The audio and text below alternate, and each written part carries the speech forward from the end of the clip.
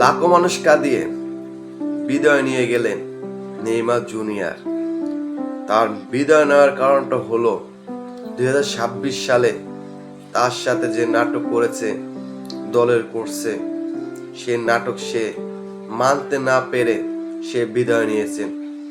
আপনারা সবাই জানেন সে দলে আসার জন্য অনেক চেষ্টা করেছিল, কিন্তু তাকে শেষ মুহূর্তে দলে রাখে। কিন্তু যখন দলে রাখে 2026 বিশ্বকাপে, তখন তাকে শেষ মুহূর্তে মাঠে নামায়। কিন্তু সে খেলার জন্য পুরো ফিট ছিল, তারপরও তাকে মাঠে নামায়নি। কষ্টের ঠেলায় সে চির বিদায় নিল হলুদ কালার জার্সি থেকে এবং ব্রাজিল দলের ফুটবলকে বিদায় জানিয়ে দিল নেইমার জুনিয়র। সে বলেছে, আমি দলের সাথে অনেক ভালো দিন কেটেছে এবং দলের আমি অনেক কিছু অর্জন করেছি, দল আমাকে অনেক কিছু দিয়েছে এবং আমি পেলের যে রেকর্ডটা সেটাও ভেঙে দিয়েছি। এখন সর্বোচ্চ গোলের রেকর্ডটা আমার।